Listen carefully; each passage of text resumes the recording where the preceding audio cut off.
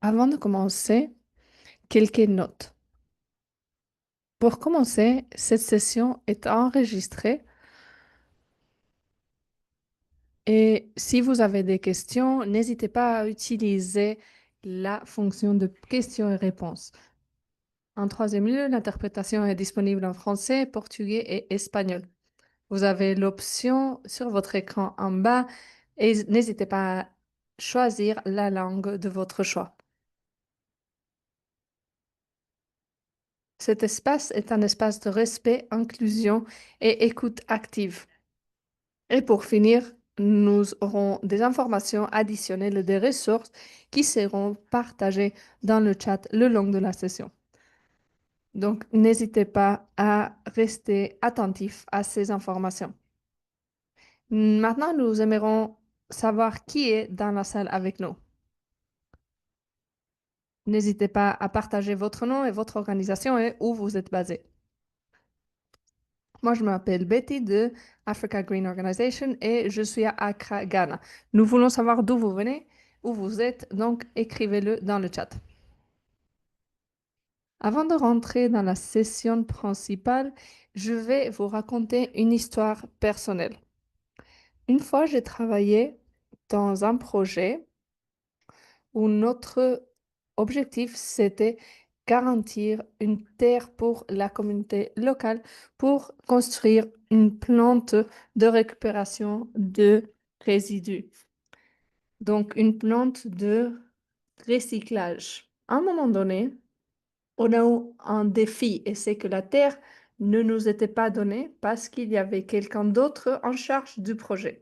Donc, moi, j'ai décidé que je voulais écrire au directeur du projet et il y aurait un interprète qui parlerait avec le chef de la communauté. Avant de rentrer dans le palace, j'ai demandé à la personne âgée s'il y avait des pratiques culturelles que je devais respecter.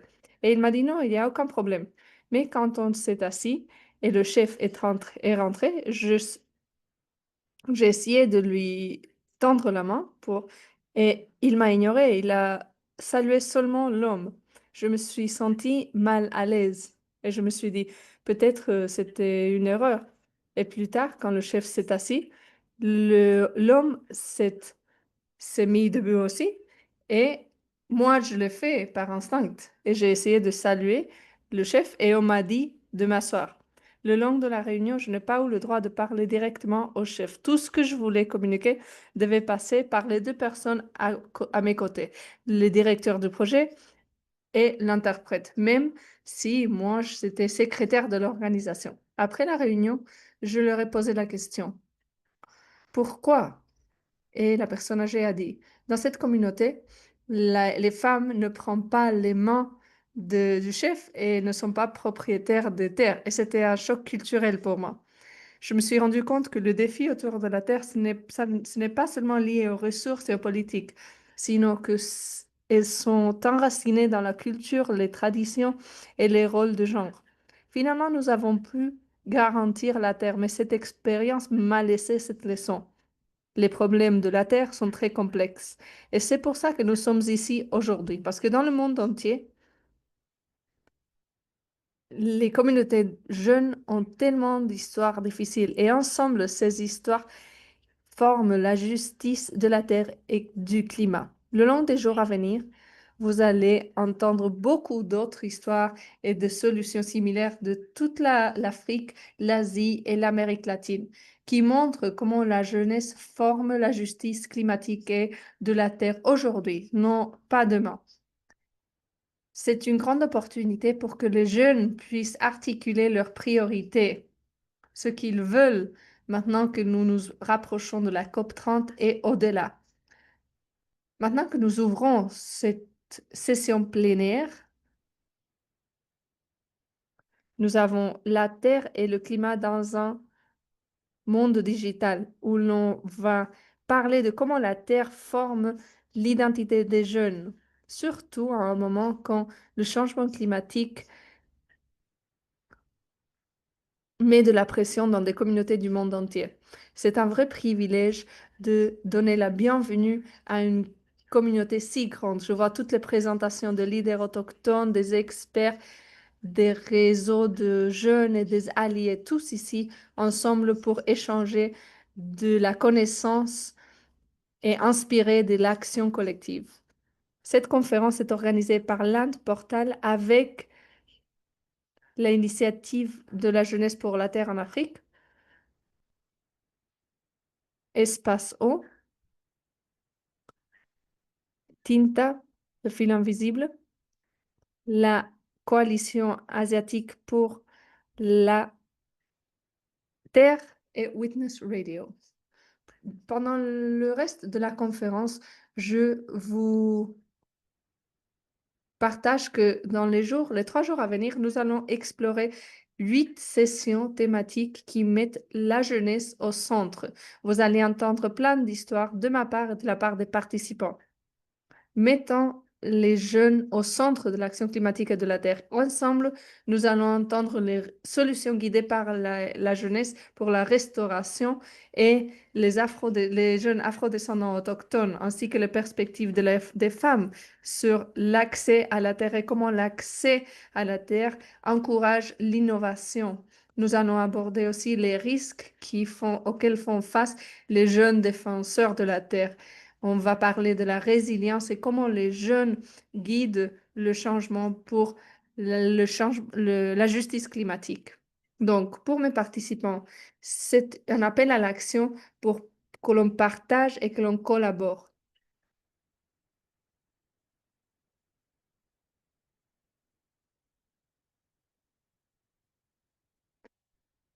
Qu'est-ce qui a été votre expérience avec la Terre?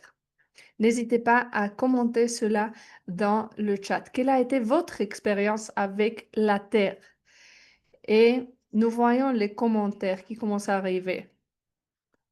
Maintenant, permettez-moi de vous présenter une personne très importante qui est le leader de l'Inde Portal. C'est un spécialiste d'information de la Terre et leader de programme avec plus de 25 ans d'expérience en avançant les données ouvertes, la gouvernance transparente et des écosystèmes de connaissances inclusifs. Il s'appelle Chao Tumbea et il aime être appelé Tommy. Tommy, à toi.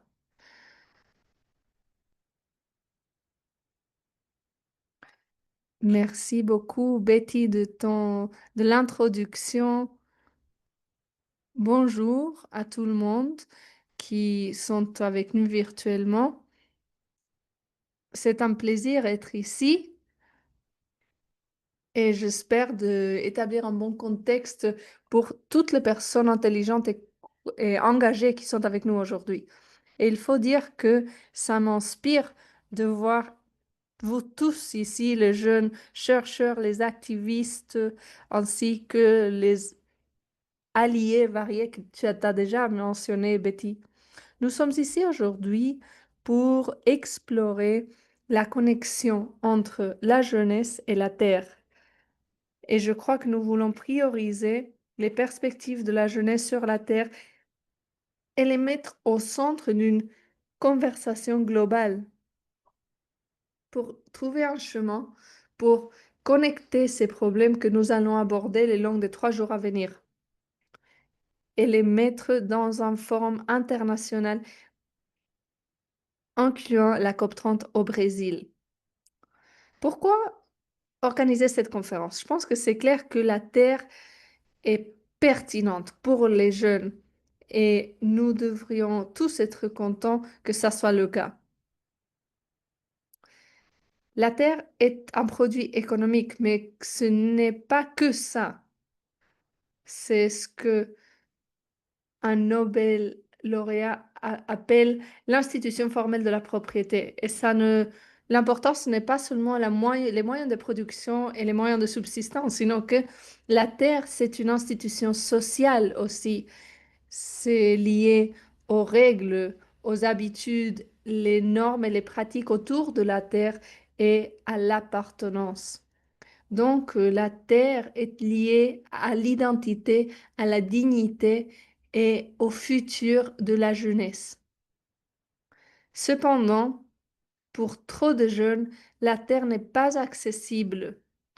ou plutôt l'accès à la terre et au foyer n'est pas sûr. Et il y a une grande lacune entre les aspirations de la jeunesse et la réalité à laquelle ils font face aujourd'hui. Et ça, c'est important non seulement pour les jeunes, sinon aussi pour nous tous, puisque ça affecte notre capacité en tant que société de construire un monde plus juste et durable. Nous devons laisser derrière nous un monde qui soit meilleur pour les jeunes, parce qu'ils vont hériter un monde fracturé, plein d'inégalités et un échec dans la réponse à la crise climatique. Les jeunes sont exclus de la prise de décision. Et ceux qui ont le pouvoir aujourd'hui forment le futur de cette planète, de la jeunesse. Mais et souvent, ils refusent d'écouter les jeunes. Et comment serait le monde si nous continuons à exclure et marginaliser leur voix? Moi, je pense que le monde ne peut pas continuer comme ça. Nous ne pouvons pas continuer à ignorer les jeunes, à marginaliser leur voix dans le débat mondial. Les jeunes doivent être au centre de tout débat sur la Terre et le climat. Et pas parce que c'est à la mode ou parce que c'est cool de le faire, sinon parce que sans les voix des jeunes, sans des idées et des leadership et de l'innovation jeune, nos solutions ne vont pas résoudre les crises. Et c'est pour ça que l'Inde Portal facilite cet événement. Nous, notre idée, c'est toujours de rompre les barrières aux connaissances. Nous voulons que les connaissances puissent fluir de toutes les perspectives et niveaux. Et en tant que organisation certifiée, nous voulons continuer à travailler pour que l'accès aux connaissances soit une partie de l'infrastructure publique qui soit utile publiquement. C'est un droit et c'est un droit favorable. En 2023, on a écrit que l'accès aux données, ce n'est pas assez. L'important, c'est comment nous l'utilisons, comment nous l'analysons et comment nous pouvons répondre et questionner les structures de pouvoir que les données permettent des fois, souvent.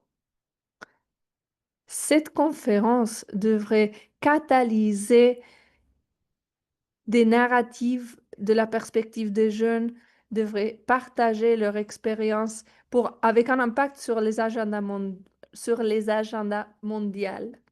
La conférence est une déclaration que nous voulons catalyser une communauté, un travail vers une déclaration collective d'intention vers la COP30 et au-delà.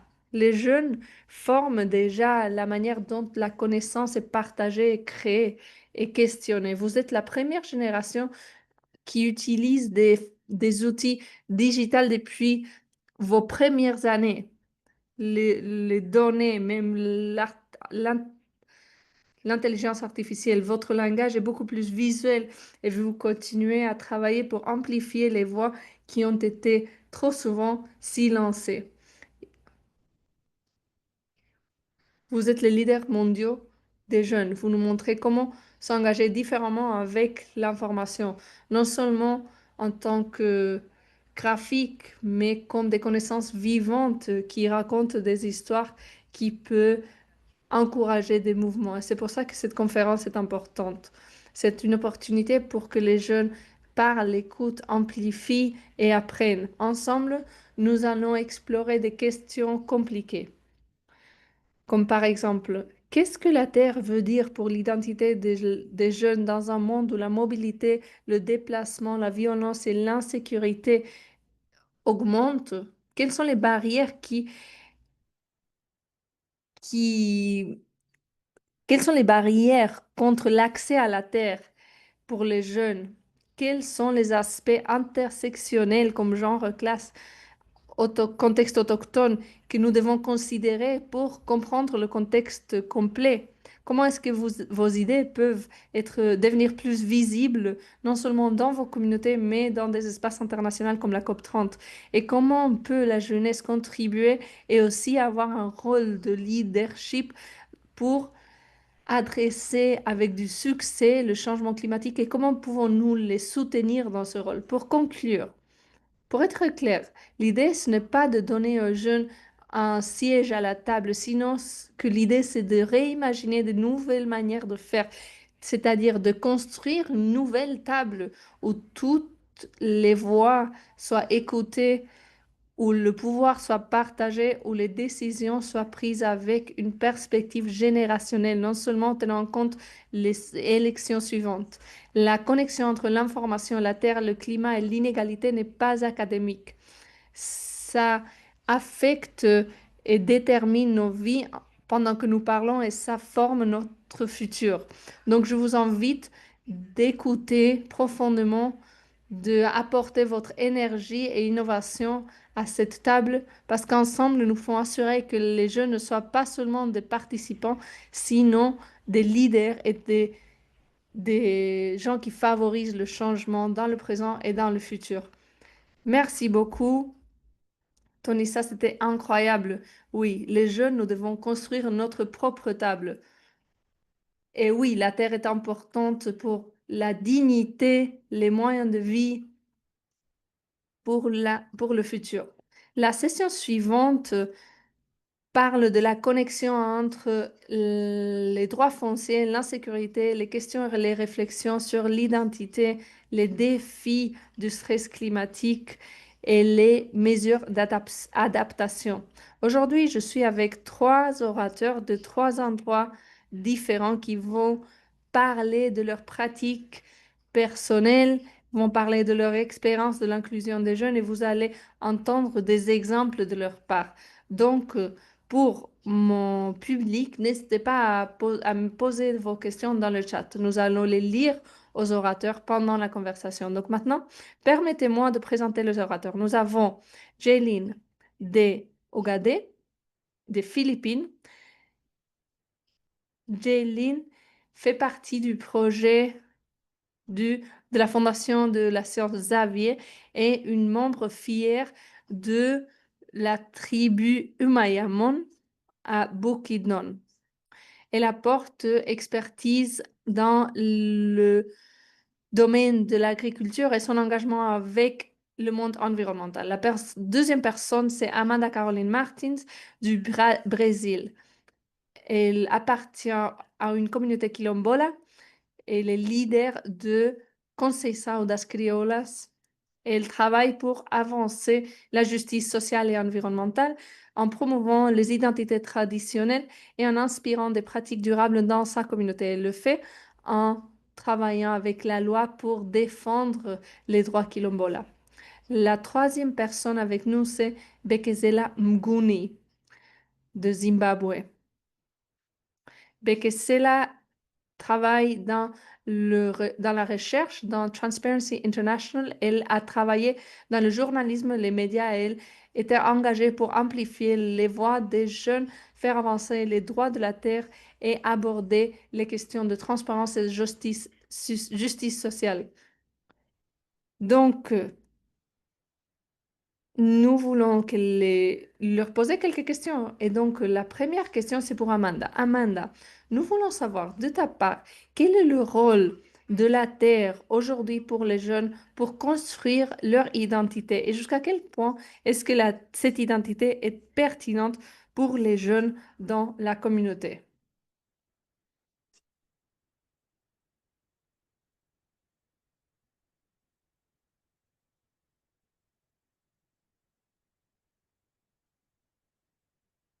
Bonjour. Parler de la Terre, c'est parler de qui nous sommes. Pour nous, la Terre, ce n'est pas seulement l'agriculture, c'est où nos racines sont enterrées, c'est où nous vivons, c'est où d'où viennent nos connaissances et nos rêves.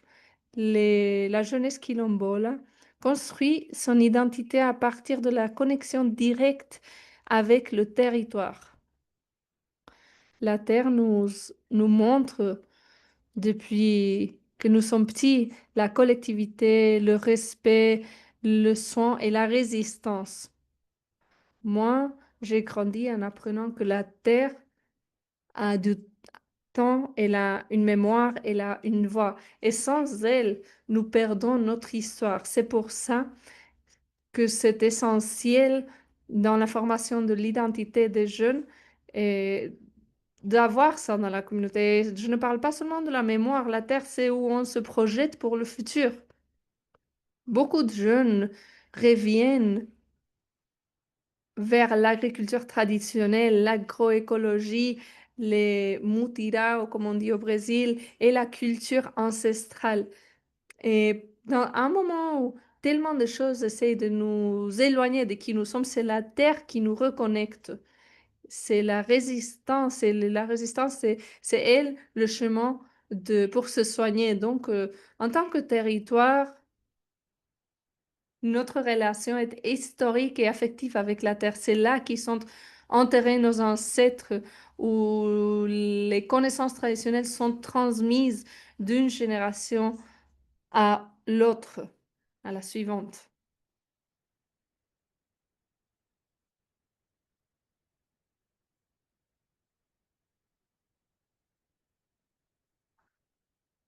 Wow, merci beaucoup de cette réponse tellement importante. La terre a de la mémoire, a une voix. Maintenant, je veux passer la parole à Géline. Je veux entendre de ton expérience, quels sont les défis clés pour les jeunes qui veulent accéder à la terre et garantir les droits fonciers?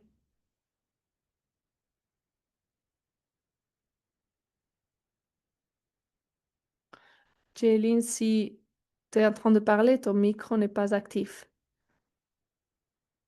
Bonjour à tout le monde. Oui, merci. C'est un plaisir d'être ici et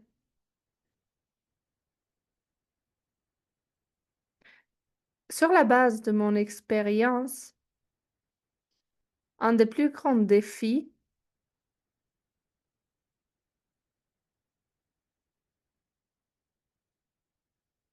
Jaylin, tu peux étendre ta caméra pour que l'on puisse t'entendre.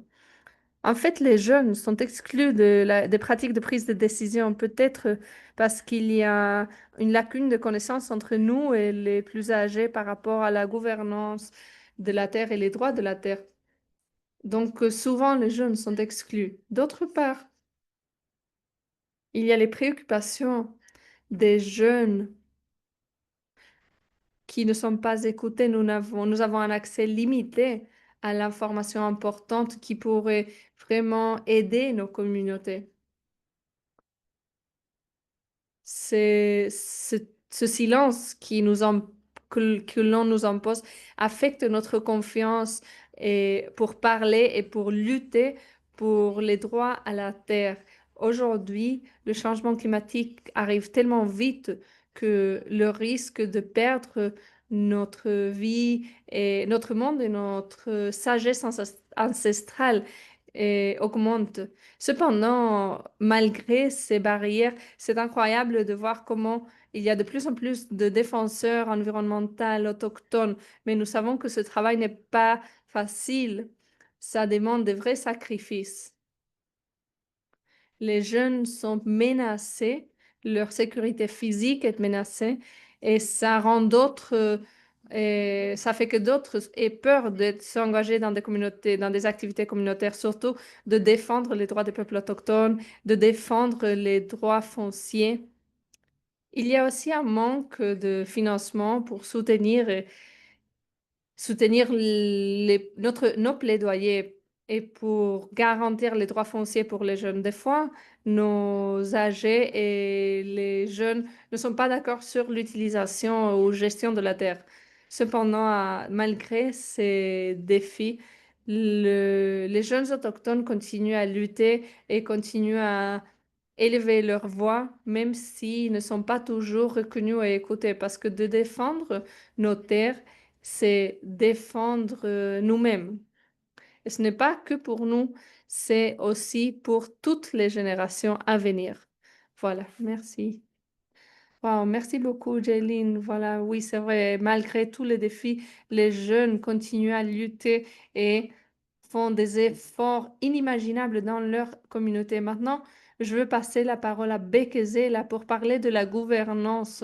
Comme vous l'avez vu dans les politiques, je veux te demander, en termes de la gouvernance de la Terre, nous voyons toujours qu'il y a le risque de la corruption. Donc, de ta perspective, comment est-ce que la corruption affecte l'accès des jeunes à la terre et quel pourrait être le rôle de la transparence pour aborder ces questions?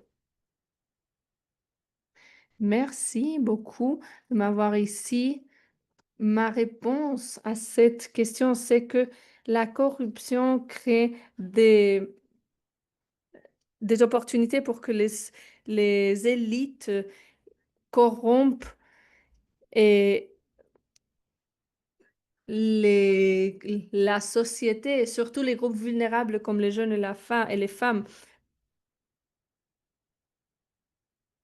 Là, ton micro est en silence. Si tu peux l'activer, s'il te plaît.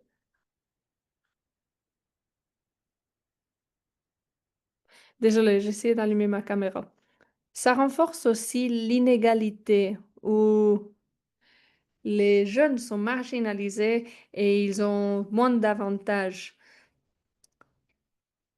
Il y a aussi des problèmes quand on parle de l'accès à la terre, il faut payer de l'argent et les jeunes n'ont pas les moyens économiques. Donc, il y a de la discrimination dans la participation des, des aspects de la terre. Pour parler de la transparence, je pense que la transparence devrait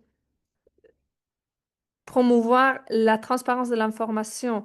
Parce qu'une des raisons pour laquelle les jeunes ne participent pas dans les politiques de la Terre, c'est parce que nous ne comprenons pas certains problèmes. Et peut-être que la transparence devrait favoriser l'utilisation de la technologie pour promouvoir la transparence dans l'accès à la Terre. Donc, utilisons la gouvernance électronique pour adresser la manipulation humaine. J'ai parlé de la corruption des élites du pouvoir qui se bénéficient de la vulnérabilité des jeunes.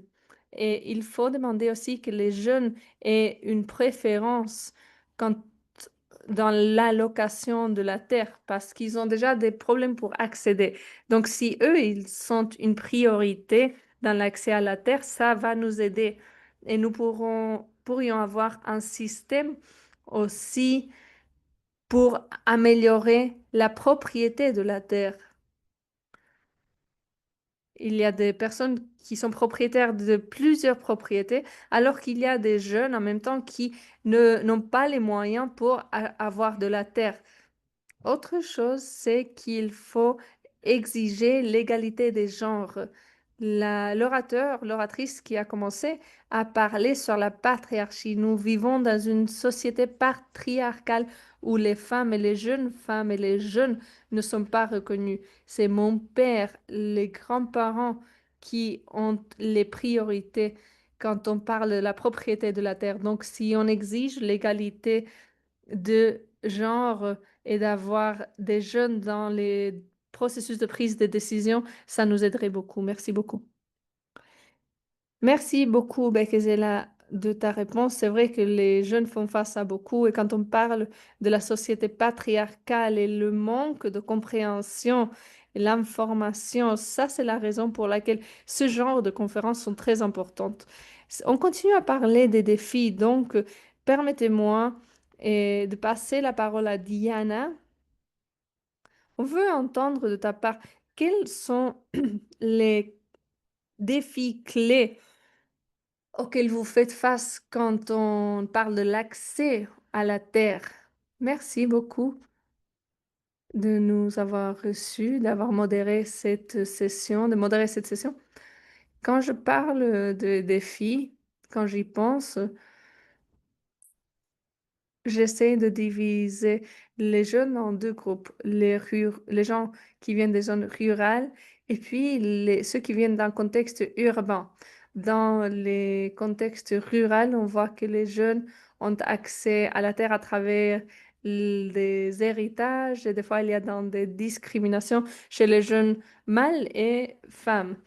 Je ne vais pas rentrer en détail, mais le défi vont au-delà de l'accès, sinon l'utilisation et l'utiliser pour avoir une meilleure vie. Donc, on trouve que les jeunes, par exemple, ont 1 hectare de terre et tu veux faire de l'agriculture, nourrir ta famille, mais tu n'as pas le bon accès au bon marché, aux bonnes opportunités pour produire ce que tu produis, pour peut-être vendre un peu plus et avoir des revenus pour la famille. Donc, si la personne a l'accès à la terre, mais ils n'ont pas l'accès au bon système pour bien utiliser cette terre pour créer des meilleures opportunités. Et puis, cette personne va dans les zones urbaines pour chercher de meilleures opportunités. Ça, c'est dans toute l'Afrique. Et je pense que dans d'autres régions, c'est la même chose. La plupart de nos villes, la plupart de la population est dans les communautés informelles parce que c'est là que les personnes peuvent se payer, ont les moyens pour payer une petite maison avec des animaux. Ça, c'est les caractéristiques dans toutes nos villes. Donc, la plupart des jeunes travaillent dans des contextes informels. Le gouvernement n'a pas le bon système pour soutenir la créativité de ces jeunes. Donc, des fois, ils sont en conflit avec l'autorité locale, avec les municipalités, mais donc ils ont l'accès, mais il n'y a pas la structure et le soutien juridique parce que il y a un accord avec le système de gouvernance. Donc, est-ce qu'ils ont des idées pour bien utiliser ces terres? Oui, ils les ont. Et l'accès passe d'être l'accès aux moyens de vie et devient autre chose parce que la terre est mal utilisée. Donc, des fois, ce que je dis, c'est que nous avons l'accès à la terre, mais nous n'avons pas de bons systèmes pour que cette terre puisse travailler bien pour nous. Voilà, merci beaucoup, Diane. Et j'entends beaucoup d'importance donnée à la reconnaissance et à l'accès. Et c'est pour ça que je veux maintenant passer la parole à Jaylene. Jaylene, je veux savoir, qu'est-ce que tu en penses sur ces deux paroles, visibilité et reconnaissance? Comment est-ce que les jeunes puissent être plus reconnus et plus visibles dans leur communauté, aussi dans les espaces internationaux et au niveau mondial? Et quelles seraient les pratiques pour l'inclusion des jeunes? Comment est-ce que tu l'as vu refléter dans ton travail? Géline, à toi.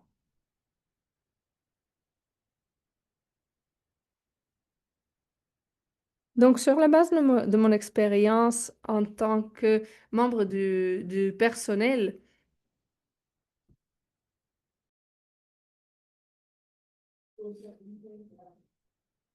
Et généralement, les générations peuvent apporter de la créativité face aux différents défis, le sens de responsabilité, de protéger les jeunes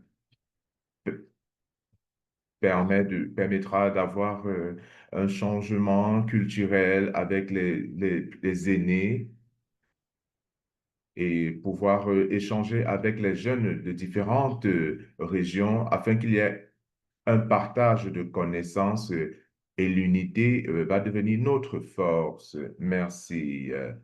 L'unité devient notre force. Elle parle de l'accès à l'information. C'est la raison pour laquelle vous devez visiter le site de Land Portal où vous devez disposer de plusieurs informations, notamment pour la justice climatique, ainsi de suite. Permettez-moi de poser la question à Amanda. Amanda, nous aimerions savoir quelles sont certaines des pratiques en matière d'inclusion des jeunes en ce qui concerne le travail que vous effectuez dans la communauté. Amanda, vous avez la parole.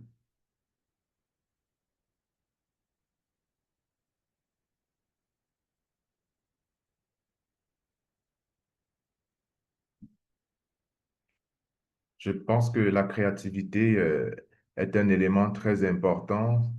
Euh, ce que nous faisons n'est pas reconnu dans les politiques publiques, alors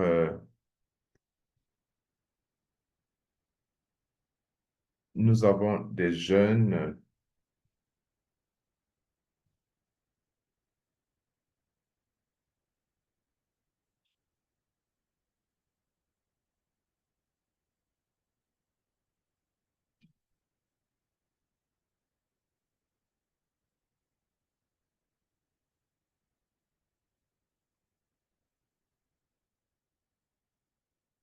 des projets qui incluent l'accès aux connaissances.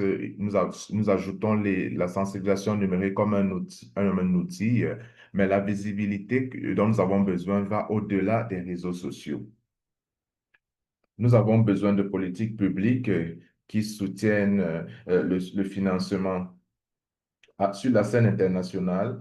La connaissance passe par la compréhension du fait que ce que nous faisons dans les petites communautés, par exemple, prendre, euh, euh, prendre en main une source, la protection des semences, c'est important. Les jeunes ne voudraient pas juste être inclus, ils voudraient également être écoutés, respectés et invités à l'élaboration des solutions.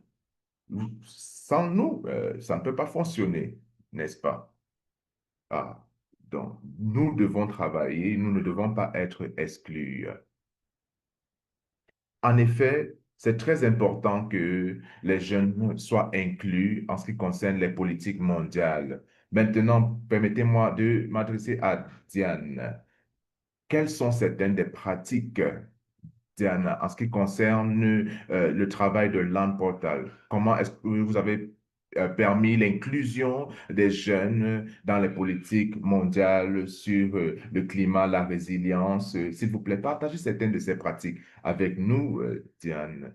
Je crois que l'une des choses importantes, c'est la collaboration effective avec les organisations de la société civile, les organisations de peuples autochtones et reconnaître les données qui viennent de la base et qui vont vers le haut pour pouvoir prendre des décisions éclairées. Ça permettra d'éclairer les politiques avec des données qui sont connectées face aux personnes qui connaissent ces réalités. Avec ce type de partenariat, nous pouvons éclairer ces politiques avec une sensibilisation et la connaissance qui vient du terrain et nous pourrons décider de ce qui est le mieux pour ces personnes. Il est aussi crucial, lorsque nous parlons des peuples autochtones qui sont en avant-garde de l'action climatique,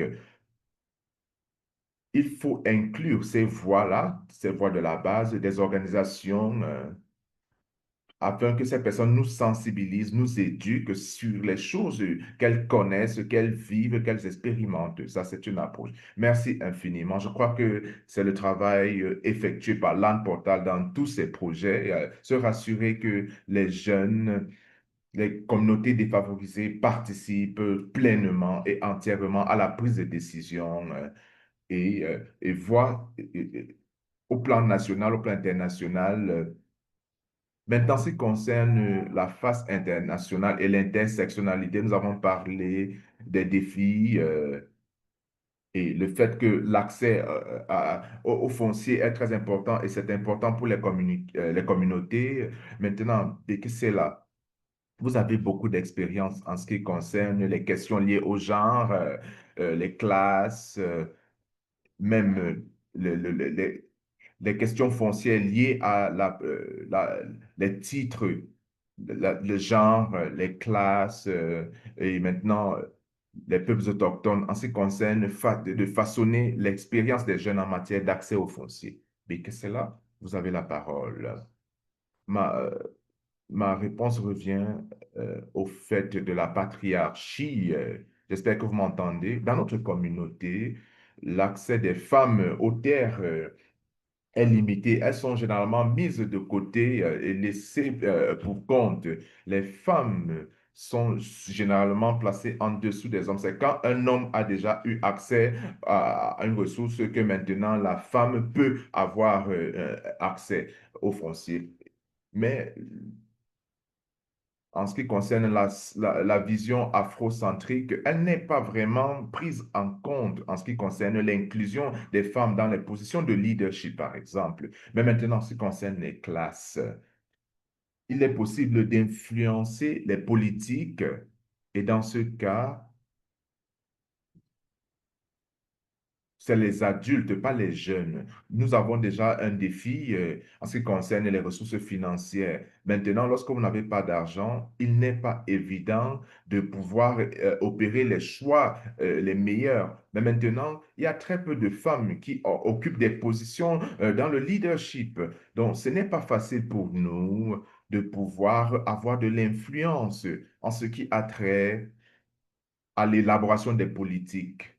Donc, les jeunes sont confrontés à l'absence ou alors les obstacles qui ne leur permettent pas d'avoir accès au foncier. Donc, nous devons également nous rassurer que nous prenons en compte le fait que nous devons promouvoir l'équité des genres afin que les jeunes puissent avoir un espace. Mais en ce qui concerne les origines, les personnes qui sont au sein de nos communautés, elles souffrent beaucoup plus les personnes qui sont en milieu urbain. Donc, nous devons nous rassurer que nous avons des politiques qui ne laissent pas pour compte les jeunes en milieu rural et en se rassurant que ces personnes aient accès au foncier. Donc, il est clair que mes frères, généralement, ils ont l'avantage d'avoir accès à la terre. Mais moi, en tant que femme, les chances que j'obtienne des terres, elles sont très limitées.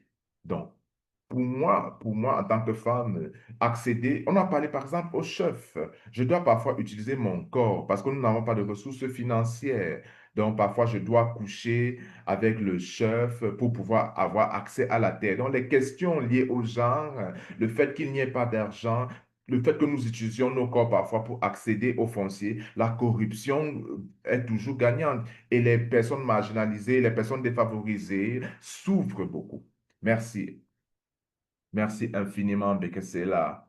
C'est vraiment intéressant et c'est une discussion pertinente. Nous ne devons pas juste laisser cela ici, mais nous devons poursuivre la conversation au-delà parce que nous devons aider nos communautés à barrer la voie à l'exclusion, à l'accès aux fonciers. Et généralement, les femmes sont désavantagées en ce qui concerne l'accès aux terres. Mais maintenant, en ce qui concerne la terre il y a une corrélation avec le changement climatique. Mais avant de poser la prochaine question, s'il vous plaît, dans la boîte de discussion, posez vos questions et nous allons demander aux orateurs de répondre. Maintenant, je vais commencer avec Jeline. Qu'est-ce qui vous fait penser que les jeunes peuvent contribuer de manière significative à la lutte contre le changement climatique, notamment grâce à l'accès à la terre?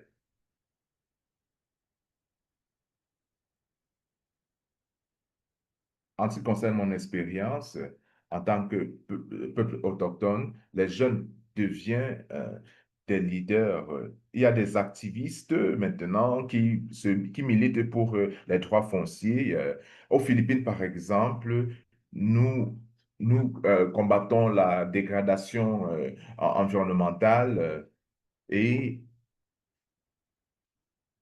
nous menons un processus de sécurisation des titres fonciers et la promotion des connaissances traditionnelles est également importante parce que les jeunes doivent pouvoir embrasser les systèmes, les croyances ancestrales pour défendre leurs droits fonciers, notamment dans la lutte contre les changements climatiques et la proposition de solutions. Merci infiniment, la proposition de solutions. Maintenant, je vais poser la question à Amanda. Donc, comment est-ce que les jeunes peuvent contribuer de manière significative à la lutte contre le changement climatique à travers leur relation avec la Terre? Amanda, s'il vous plaît, vous avez la parole. Le changement climatique n'est pas quelque chose de distant. Dans les territoires, nous ressentons les effets. Nous avons la sécheresse, nous voyons, il y a une rareté des pluies Et, euh, et face à ces difficultés, nous continuons d'exister en tant que jeunes et en tant qu'agents du changement. Notre style de vie s'adapte à la crise climatique. Les jeunes de ma communauté prennent soin de la terre avec responsabilité. Nous avons protégé les forêts nous avons procédé au boisement, nous avons travaillé en nous appuyant sur les connaissances ancestrales de nos aînés. Donc, ça, c'est l'action climatique qui est pratiquée sur le terrain. C'est la raison pour laquelle je dis que les jeunes de Kilembola doivent être reconnus comme des acteurs dans la lutte contre les changements climatiques et non comme les victimes. Nous devons apprendre à construire et à bâtir, mais nous devons avoir un espace pour la prise de décision. Nous avons besoin que les jeunes noirs et les jeunes de Kilembola et participent également à la prise de décision parce que la vie, la terre, c'est la vie. Et nous protégeons cette terre depuis des siècles. Et nous devons les voix doivent être amplifiées, nous devons être inclus, notamment dans les plateformes de prise de décision. Merci infiniment. Les jeunes doivent être inclus. Donc, permettez-moi de passer la parole à Diana. Vous avez juste 2 minutes pour répondre à la question. Merci, Betty. Je voudrais euh, juste parler pour les prochaines étapes. Qu'est-ce qu'on peut faire avec ce dont nous disposons pour lutter contre le changement climatique? Parfois, je dis, je n'ai pas, par exemple, d'hectares de terrain pour pouvoir planter des arbres, mais ce que nous avons, nous devons réunir, rassembler des connaissances et de réfléchir de manière critique, de faire preuve d'innovation lorsque nous créons des opportunités, que ce soit en milieu urbain ou milieu rural. Peut-être si je veux lancer un business, comment est-ce que je peux produire de façon à ne pas affecter la terre, affecter l'environnement. Nous devons faire preuve d'un sens critique et davantage de connaissances que nous accumulons lorsqu'on aura des opportunités. Par exemple, le financement climatique, il y a de très bonnes idées qui peuvent être utilisées, notamment dans l'utilisation des fonds, par exemple. Merci infiniment. Donc, nous allons également prendre des questions dans le salon de discussion. Bekesela, il y a une question qui a été posée par Garcia Polanco. Elle a demandé quelle serait la meilleure stratégie pour impliquer les jeunes dans la titrisation des terrains. Est-ce qu'on doit travailler avec les agences gouvernementales? Est-ce que c'est facile d'accéder au processus de titrisation? Je crois que vous avez vos connaissances. Est-ce que vous pouvez répéter la question, je vous en prie? Quelle serait la meilleure stratégie pour impliquer les jeunes dans la titrisation des terres? Est-ce qu'on doit s'enregistrer auprès des agences gouvernementales? Est-ce que c'est facile d'en connaître le processus? Donc, je vais répondre en fonction de l'expérience de mon pays. Ce n'est pas facile. Les jeunes n'ont pas facilement l'accès à l'information. C'est la raison pour laquelle j'ai dit au départ que nous devons utiliser la numérisation des informations afin que les jeunes puissent avoir accès à l'information. Par exemple, les jeunes, ils maîtrisent la technologie. Donc, si nous utilisons la technologie, les jeunes pourront accéder à l'information. Par ailleurs, les jeunes doivent également être dans les postes de prise de décision, les processus de prise de décision qui concernent l'accès à la terre. Ça leur permettra de connaître le processus.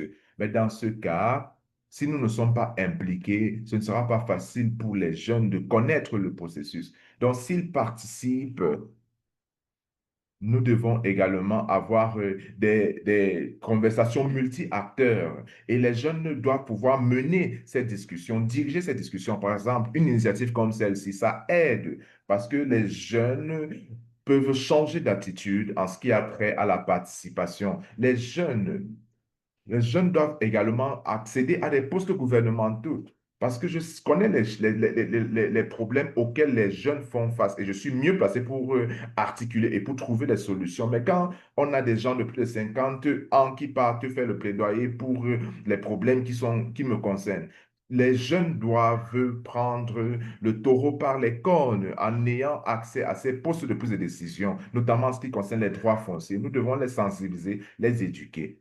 Nous devons également sensibiliser les jeunes parce qu'ils sont vulnérables en ce qui concerne la corruption. Ils ne doivent pas normaliser la corruption, ils doivent lutter contre la corruption en ce qui concerne les problèmes fonciers. Je ne sais pas si j'ai répondu à la question, mais voilà ce que j'avais à dire.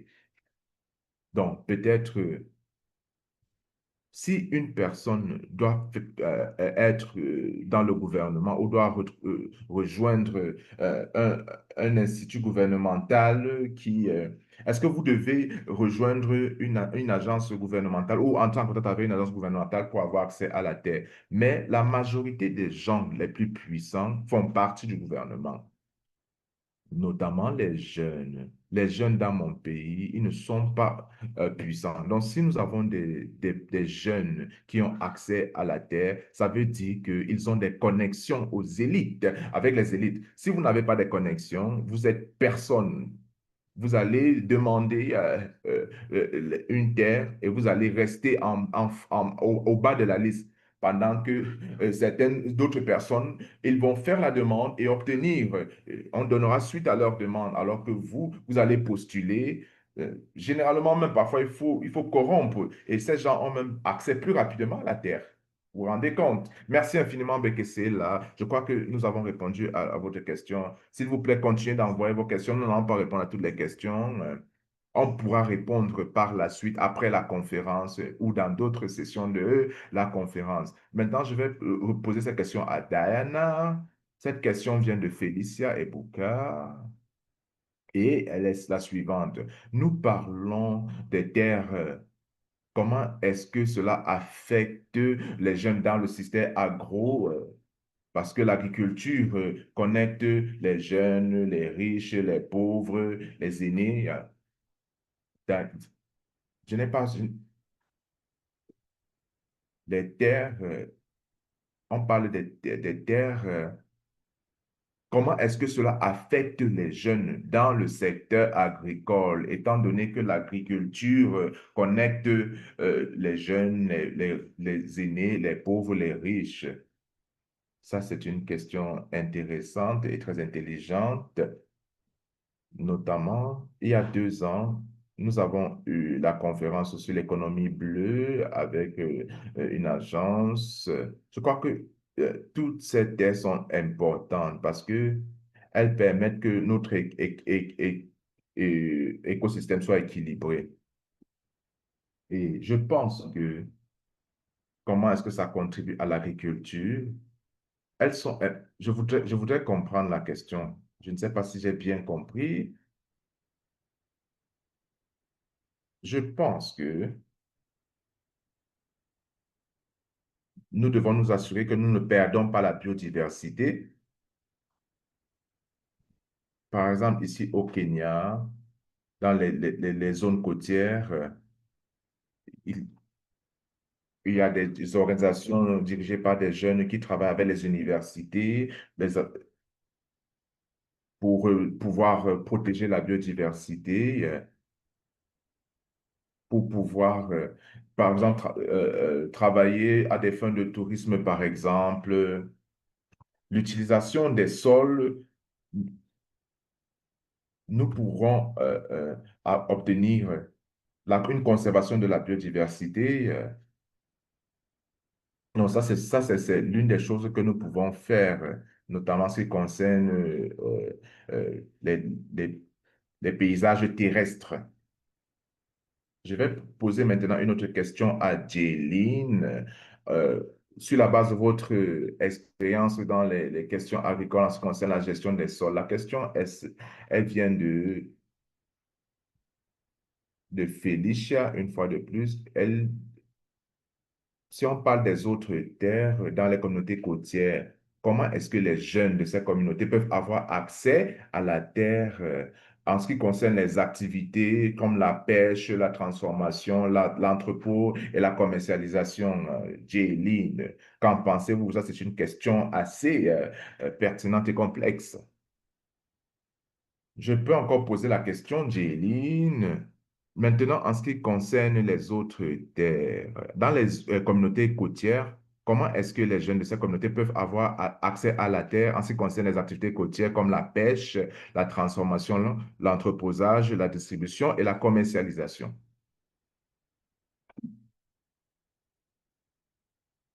Jéline, s'il vous plaît, veuillez ouvrir votre micro. Désolé. Il y a plusieurs défis en ce moment. Les zones côtières font face à une concurrence intense pour plusieurs raisons liées au développement et aux efforts liés à la conservation. Donc, une stratégie, ça peut être,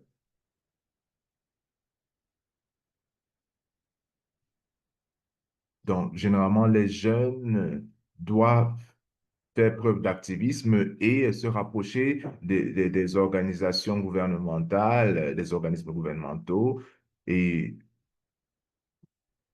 peut-être mettre sur pied des coopératives ou un groupe de familles pour pouvoir avoir des bénéfices mutuels et collectifs. Je crois que ce sera ma réponse. Se mettre en association, par exemple, pour trouver des solutions. Permettez-moi de passer la parole à Amanda en raison de votre attachement aux terres culturelles et autochtones. Elle dit, elle vient de du Cambodge, l'accès aux droits fonciers des peuples autochtones du Cambodge est mis à mal. Généralement, leurs terres sont accaparées par des hauts cadres du gouvernement. Dans votre expérience, quel type de plaidoyer ou d'activité peut être utilisé pour pouvoir revendiquer ces terres ou alors avoir accès à ces terres? Donc, Amanda, à vous la parole. Comment est-ce que ces personnes peuvent récupérer leurs terres et comment est-ce qu'on peut soutenir ces peuples autochtones du Cambodge?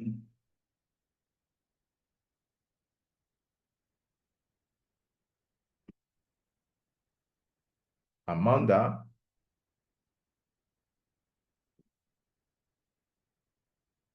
je pense que il est très important de renforcer les politiques publiques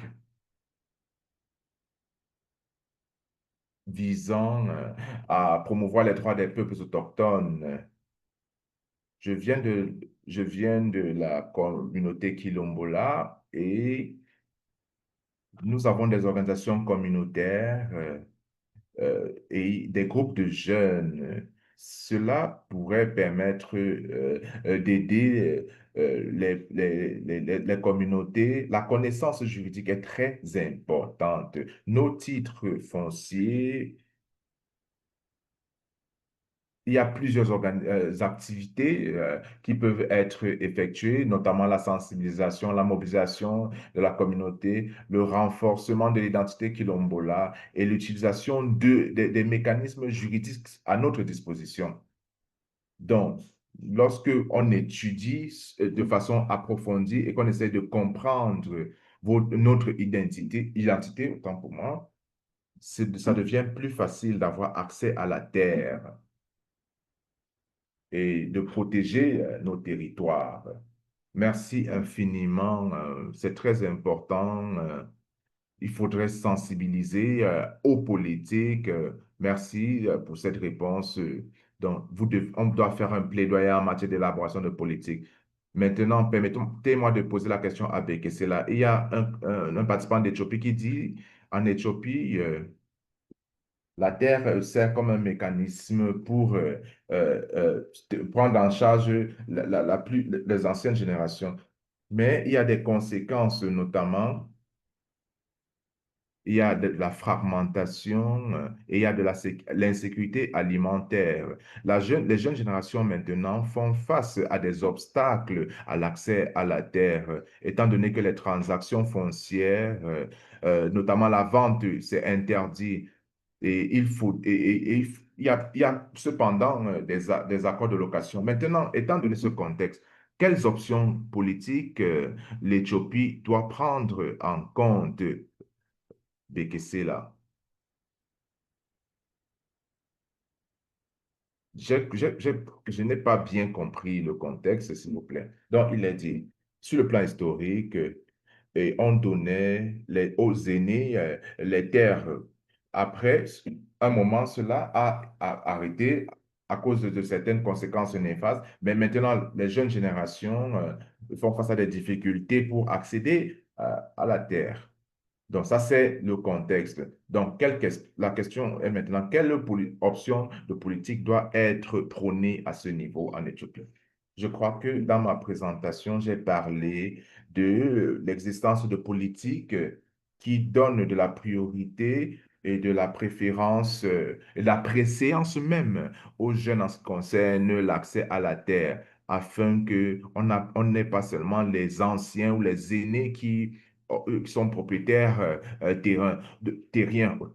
Donc, ce serait bien que les jeunes participent aux réformes politiques et qu'on intègre la voix des jeunes. Donc, ce qui est important, si nous avons des jeunes, généralement, on dit que les jeunes doivent être des dirigeants. Nous devons avoir des jeunes efficaces dans la prise de décision, des personnes qui vont représenter les voix des groupes marginalisés.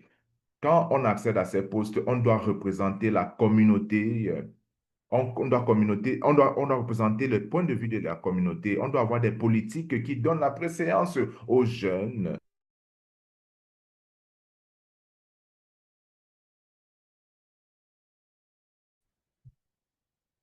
que les jeunes soient impliqués dans les prises de décision en ce qui concerne les questions liées au foncier. Les jeunes doivent, que nous choisissons, ils doivent représenter nos demandes. Merci infiniment pour cela. Je vais prendre deux autres questions parce que nous sommes en train de terminer. Donc, maintenant, une question maintenant qui a été posée était celle-ci. Quel conseil donnerez-vous à un jeune qui a travaillé, mais qui n'a pas encore obtenu l'opportunité de pratiquer dans le domaine foncier en ce qui concerne les droits et donc quel conseil donneriez-vous aux jeunes dans les ONG?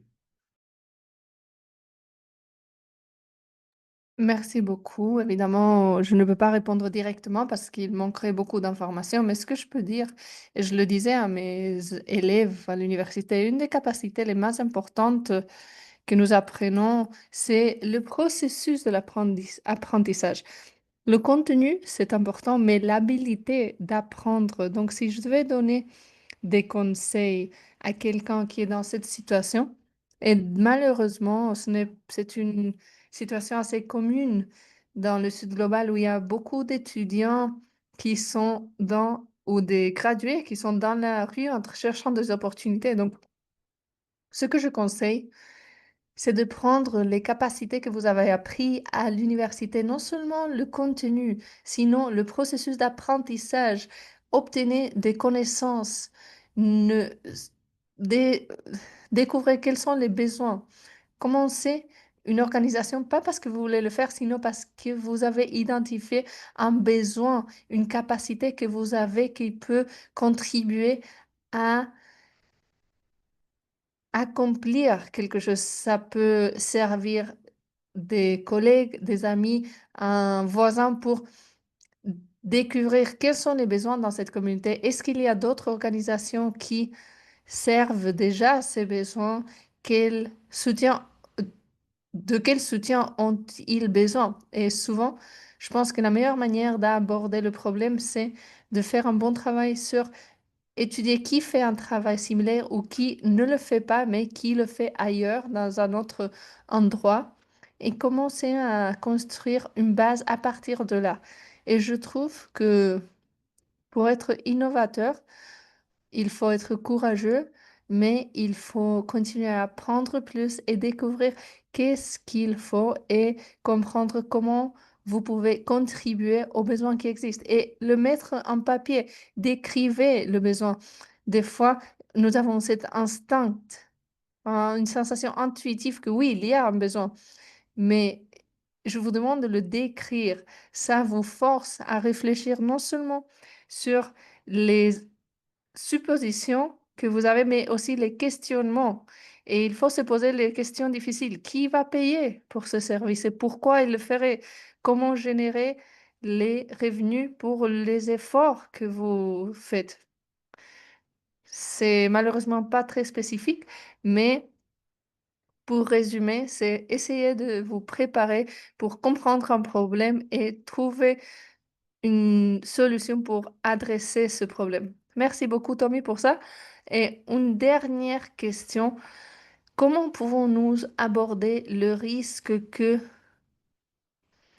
du fait que les jeunesses de l'élite puissent corrompre des stratégies et comment pouvons-nous garantir que ces projets soient guidés aussi par la jeunesse sans inégalité? Je sais que cette question est difficile.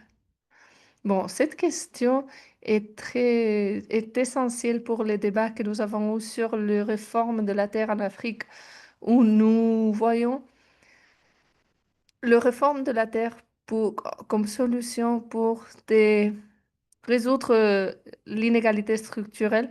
Et là, je ne suis pas si optimiste. La terre n'est pas la solution pour adresser l'inégalité structurelle. Ça peut être un outil pour l'adresser, mais la pauvreté, l'inégalité et l'utilisation du pouvoir dans notre contexte vient souvent d'un contexte beaucoup plus vaste de l'inégalité qui est enraciné dans tous les secteurs, que ce soit la concession des pêches, de mines, l'accès à l'information interne pour commencer des commerces avant le boom de pétrole ou en anticipant des contrats donnés pour un service en particulier. Donc là, il y a les jeunes connectés sont ceux qui ont des entreprises enregistrées avant et qui se sont déjà engagés dans ce genre de commerce pour répondre à ces besoins. Donc tout ça, c'est basé sur l'accès à l'information qui n'est pas ouverte, qui n'est pas publique, qui est traitée en tant que produit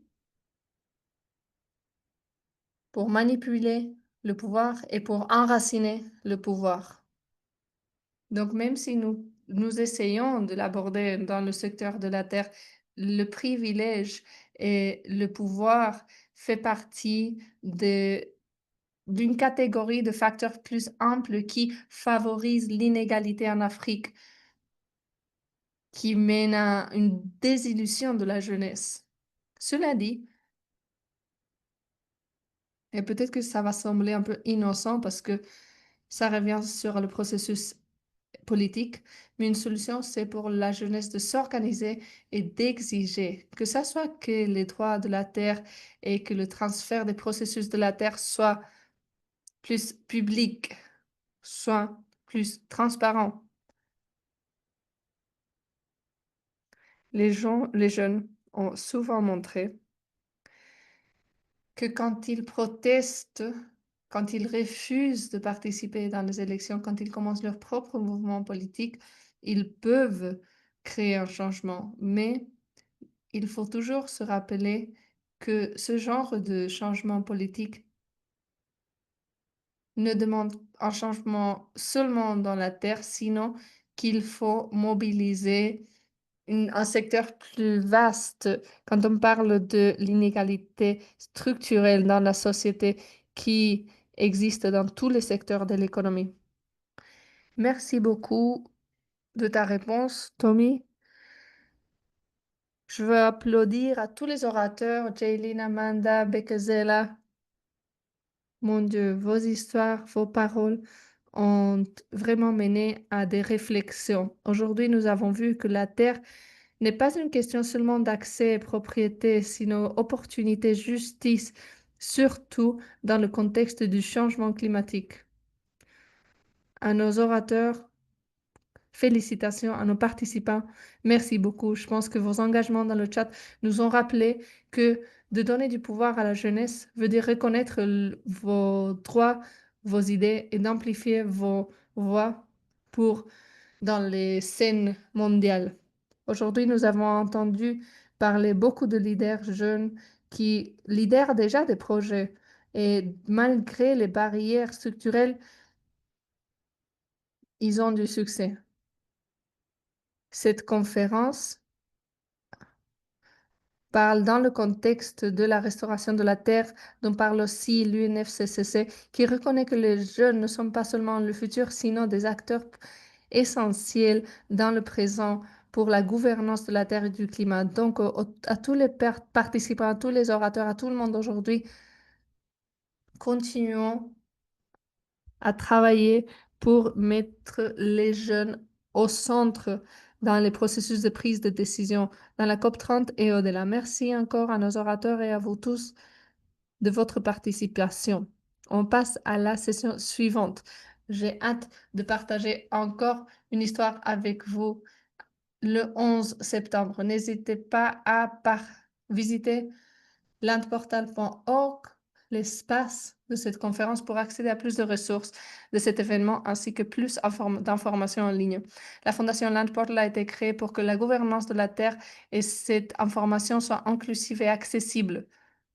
Aujourd'hui, c'est devenu un allié clé.